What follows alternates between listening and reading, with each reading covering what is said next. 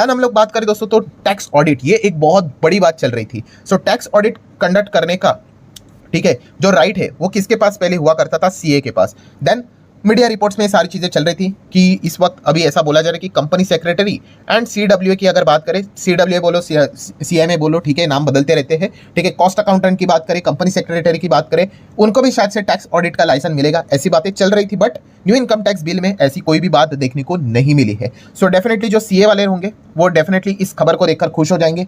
CS की बात कर लें, कॉस्ट अकाउंटेंट की अगर बात करें, वो थोड़े से डिसअपॉइंट जरूर यहाँ पे हो सकते हैं, बिकॉज अगर टैक्स ऑडिट का लाइसेंस उनको भी यहाँ पे मिल जाता तो डेफिनेटली उनका भी हम कह सकते हैं काम, मतलब बिजनेस और बड़ा हो सकता था। अब ऐसा भी कह सकते हैं, बट चलो न्यू इनकम टैक्स बिल में पहले भी पावर जो सीए के पास थी वही उन्होंने कंटिन्यू यहाँ पे रखी हुई है।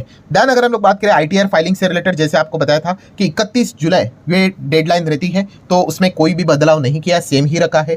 देन उसी के साथ साथ फाइनेंशियल ईयर ही यहाँ पे कंसिडर यहाँ पे किया जाएगा, कोई कैलेंडर ईयर नहीं, 1 जनवरी से नहीं पकड़ा जाएगा, अप्रैल से ही पकड़ा जाएगा, 1 अप्रैल से लेकर 31 मार्च। इसमें भी पुराने के हिसाब से कोई बदलाव यहाँ पे नहीं किया है, वही कंटिन्यू रखा है। Yes, then one of the most important point कि न्यू टैक्स रिजिम तो हमें पता है, और यही सरकार इस टैक्स रिजिम को अट्रैक्टिव बनाते जा रही है। बिकॉज लास्ट बजट की बात करें, अभी की बजट की नहीं, उसके पहले की, तो न्यू टैक्स रिजिम में ही सरकार ने स्टैंडर्ड डिडक्शन बढ़ा दिया था, 50,000 से 75 किया था, ठीक है। ओल्ड के लिए तो कुछ भी नहीं किया उन्होंने।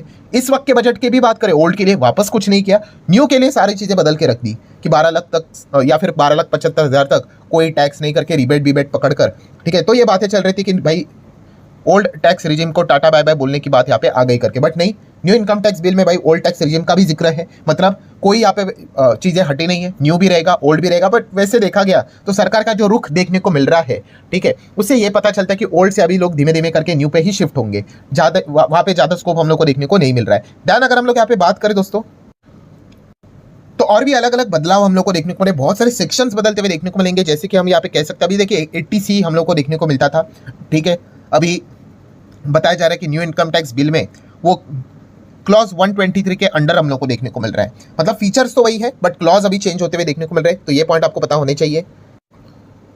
तो फिर अगर आप बोलोगे भाई इसमें फिर चेंज ही क्या हुआ है, तो सरकार ने बताने की कोशिश की अगेन सेम चीज़ की सिंप्लीफाई, लैंग्वेज काफ़ी सिंप्लीफाई करके रखी हुई है कि एक आम आदमी इसको यहाँ पे अच्छी तरीके से समझ सके करके, ठीक है। एंड देन अगर हम लोग बात करें तो आपको बताइए टैक्स ईयर एंड उसी के साथ साथ जो फाइनेंशियल ईयर, ये जो चीज़ें हम लोग को देखने को मिल रही है, मतलब पहले कैसे होता था, प्रीवियस ईयर करके कॉन्सेप्ट हुआ करता था, ठीक है। सो अभी प्रीवियस ईयर ये नाम नहीं रहेगा, फाइनेंशियल ईयर ये नाम पकड़ा जाएगा।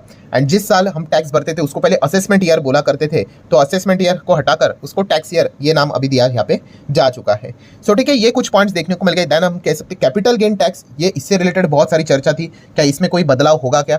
सो कैपिटल गेन टैक्स में LTCG STCG किसी में कोई बदलाव देखने को यहाँ पे नहीं मिल रहा है। LTCG 12.5 का 12.5 है, STCG 20 की बात की थी वो 20 ही है, ठीक है। कैपिटल असेट की बात करें तो वहाँ पे भी कोई बहुत बड़ा हम लोग को डेफिनेशन में चेंज देखने को यहाँ पे नहीं मिला है। पहले लगा था कि शॉर्ट टर्म लॉन्ग टर्म का डेफिनेशन 1 साल का 2 साल कुछ कर देंगे क्या, कुछ भी ऐसा अभी तक तो होते हुए देखने को यहाँ पे नहीं मिला है। एंड जो बातें चल रही थी कि भाई क्या पता कि शेयर मार्केट के इनकम को क्या यहाँ पे नॉर्मल इनकम में यहाँ पे जोड़ा जाएगा, तो अभी तक हम कह सकते हैं कि ऐसी कोई भी पॉइंट्स हम लोग को देखने को यहाँ पे नहीं मिले हैं। हाँ, क्रिप्टो करेंसी की अगर हम लोग बात करें तो इसको हम डेफिनेटली कह सकते हैं अंडर द न्यू बिल, ठीक है। एंटिटीज जो भी है उनको अभी क्या करना पड़ेगा, रिपोर्ट करना पड़ेगा, डिटेल्स देने पड़ेंगे जो क्रिप्टो असेट्स है उससे रिलेटेड, और भी ज़्यादा मतलब क्लैरिटी हम लोग को देखने को यहाँ पे मिल जाएंगी।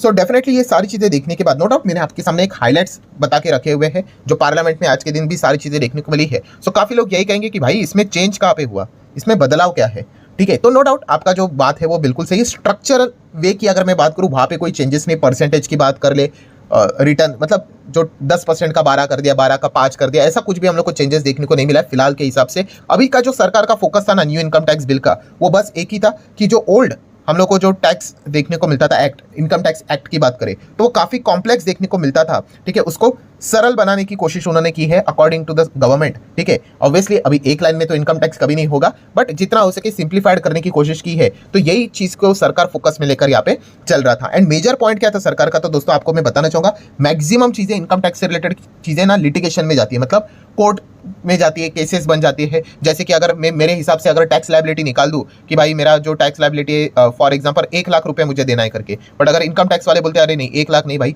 तुम्हें तो 1.5 लाख देने चाहिए, तो फिर वो मामला पहुंच जाता है कोर्ट में। यानी एक बार कोर्ट में गया तो आपको पता है इतने सारे केसेस बढ़ जाते हैं। तो ये जो लिटिगेशन है दोस्तों, इसको यहाँ पे कम यहाँ पे करना है। एंड इसी चीज़ को फोकस में लेकर सरकार ने ज़्यादा से ज़्यादा चीज़ें में बदलाव करने की कोशिश की है, लैंग्वेज चेंज करते हुए देखने को मिल चुके हैं, ठीक है। अलग अलग वर्ड आपको देखने को यहाँ पे मिल जाएंगे। पहले नॉर्थ विथ स्टैंडिंग करके हम लोग को देखने को मिलता था, अभी उसको बदल कर इररिस्पेक्टिव ऑफ करके ये सारी चीज़ें हम लोग को रिप्लेस होते हुए देखने को मिल चुकी है। तो नो डाउट ये पॉइंट्स हम लोग को देखने को मिले हैं। सो अगर हम लोग यहाँ पे बात करें तो क्या इससे रिलेटेड क्या हम लोगों ने अभी फिलहाल तो खुश यहाँ पे होना चाहिए। जो लोग ये सोच रहे हो कि अरे सर मतलब वो जो चीज़ें चल रही थी कि नॉर्मल इनकम के हिसाब से शेयर बाजार का इनकम जोड़ा जाए करके, तो मतलब हम लोगों ने अभी मतलब कह सकते हैं ऐसा पसीना पोंछ सकते हैं क्या कि चलो भाई कि मतलब जान छूट गई करके। हाँ, फिलहाल के हिसाब से हम लोग डेफिनेटली यहाँ पे कह सकते हैं कि अभी के लिए ये थोड़ा सा हम खुश यहाँ पे ज़रूर यहाँ पे हो सकते कि कोई दिक्कत की यहाँ पे बात देखने को नहीं मिल रही। बट ऐसी कोई बात नहीं भाई, भविष्य में अगर सरकार को कोई बदलाव करना है तो हर बजट में वो यहाँ पे कर सकते हैं करके, ठीक है। हाँ, बट जरूर हम यहाँ पे कह सकते हैं कि जो अनसर्टेनिटीज काफी हायर लेवल के देखने को मिल रही थी कि ये होगा वो होगा करके, बट वैसी कोई चीजें हम लोग को देखने को नहीं मिले। स्ट्रक्चरल वे की अगर हम लोग बात करें तो बहुत कोई बड़ा बदलाव देखने को यहाँ पे नहीं मिल रहा है। जो भी कोई बड़ा बदलाव यहाँ पे हुआ है वो सिर्फ और सिर्फ कॉम्प्लेक्सिटी एंड लेंथ को कम करने के हिसाब से यहाँ पे हुआ है। सो ये पहला चरण हुआ है। अभी इसके बाद की अगर हम लोग यहाँ पे बात करें दोस्तों, तो अगेन ये तो कानून ही है, इसमें भी बहुत सारे आप लोगों को पॉइंट्स जरूर इधर उधर के देखने को यहाँ पे मिल जाएंगे। फिर वापस प्रोवाइजो आ जाएंगे, क्लॉजेस आएंगे, सब क्लॉजेस आएंगे, एंड वापस वो जो पुराना इनकम टैक्स एक्ट कैसा था वैसे इसमें भी हम लोग को बहुत सारे अमेंडमेंट्स देखने को यहाँ पे मिल जाएंगे। तो सरकार ने कोशिश की है, लेट्स सी इसका इंप्लीमेंटेशन हम लोग को भविष्य में कैसे होते हुए देखने को मिल जाता है। सो आशा करता हूँ दोस्तों वीडियो हेल्पफुल लगा होगा। चाहो तो लाइक एंड शेयर कर सकते हो। मिलते हैं नेक्स्ट वीडियो, तब तक के लिए बाय बाय।